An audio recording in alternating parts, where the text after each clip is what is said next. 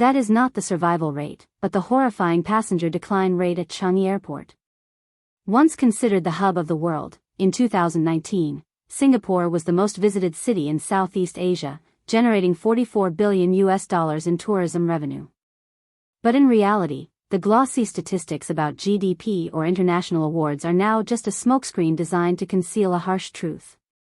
The collapse of heritage values and the quiet disappearance of the elite class. From symbols like Marina Bay Sands operating at near ghost town capacity, to over 3,000 F&B outlets closing within a single year, Singapore is facing something far deeper than a temporary slowdown. It is facing structural strain. Is the recovery the government claims actually real? Or is it simply a mirage of prosperity slowly metastasizing beneath the surface? Let's peel away the steel and glass facade to reveal what lies underneath. Let's start with a number, 19.1 million. That's not a product serial number, it's the number of tourists who arrived in Singapore in 2019. Remember that number. It represents the peak. The high watermark of ambition. 19.1 million visitors in a country smaller than 730 square kilometers, with a population of just 5.7 million people. It was like compressing an entire stadium into a luxury living room. That year, tourism revenue reached $44 billion. It was the golden era. A moment so bright it blinded many to the vulnerabilities building underneath. And then everything changed. No economist, no predictive model, no algorithm anticipated the scale of the shock that followed. Passenger numbers collapsed by as much as 85% at their lowest point. A system once praised as the gold standard of efficiency suddenly stopped, like a mechanical watch running out of power. You might say, but they're recovering. Yes, on paper. In 2023, visitor numbers reached 13.6 million. That sounds encouraging, until you compare it to the peak. It's still far below what once was. The recovery looks less like a comeback, and more like a shadow of former glory. Behind polished GDP figures, deeper fractures are forming. Singapore's global position is quietly weakening. While neighboring countries rebound with flexibility and cost advantages, Singapore is doubling down on premium positioning. It still dominates in luxury. But it is losing ground in scale, accessibility, and authenticity. Consider this, roughly 75% of its visitor base comes from just 6 neighboring countries. That's not a truly global hub. That's regional dependence dressed as global influence. And systems built to perfection often carry hidden fragility. Even a small disruption can trigger cascading consequences. The economic model that powered Singapore for decades is now facing its moment of reckoning. What we are seeing may not be recovery, but stabilization through perception management. And if a benchmark city like Singapore is showing cracks, what does that mean for other global urban models? Because this story isn't just about statistics. It's visible in the physical spaces themselves.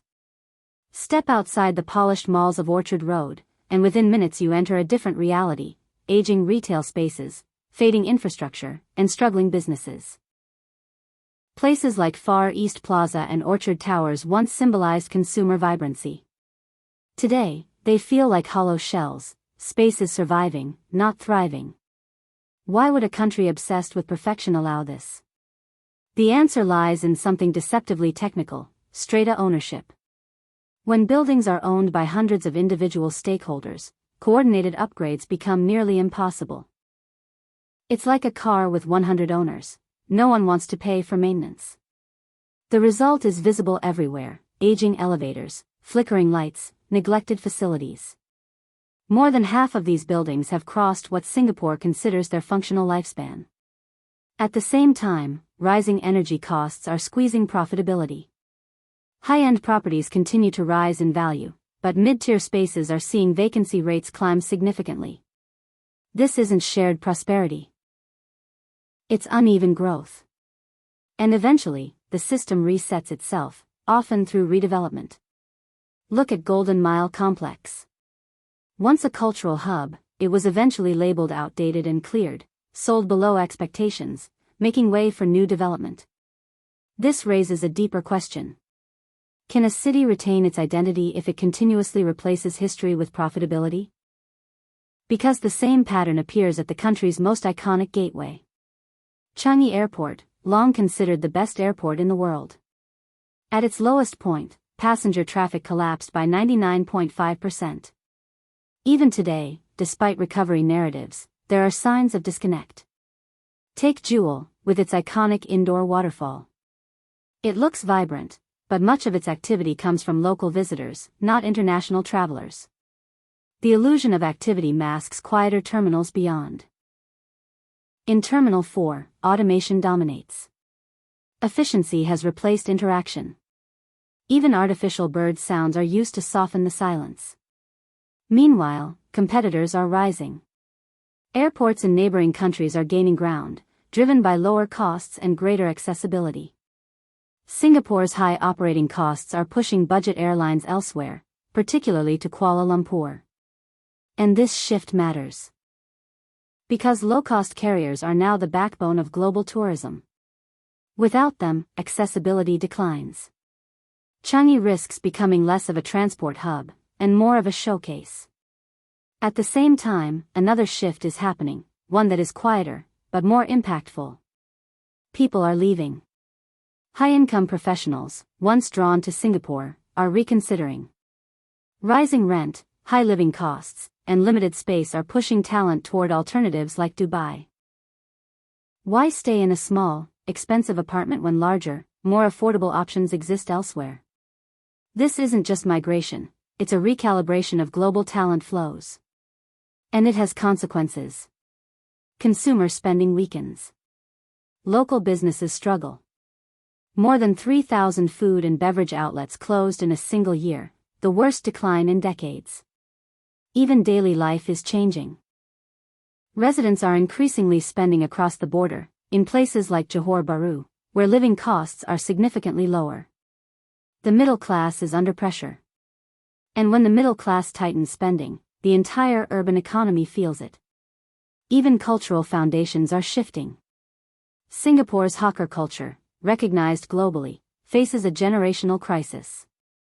The average hawker is aging.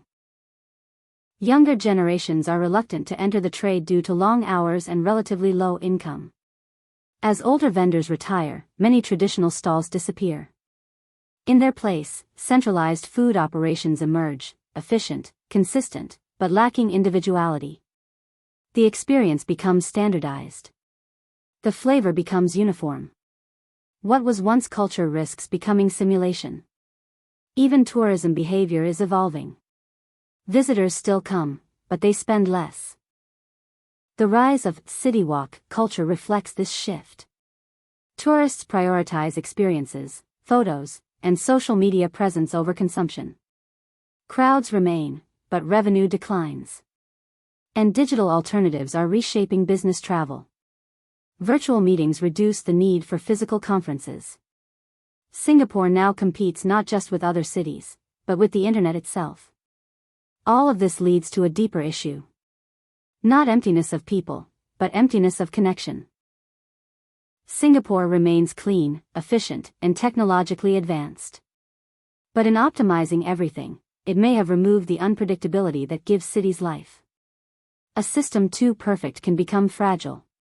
Too rigid to adapt. Too structured to evolve organically. The result? A city that functions flawlessly, but feels increasingly transactional. Singapore still shines. But the question is no longer about appearance. It's about sustainability. Because prosperity without belonging is difficult to maintain. And a city without emotional connection becomes a place people pass through, not a place they stay. This is not just Singapore's story. It is a warning. For every modern city chasing perfection. Efficiency alone cannot create identity. Technology cannot replace culture. And growth cannot substitute belonging.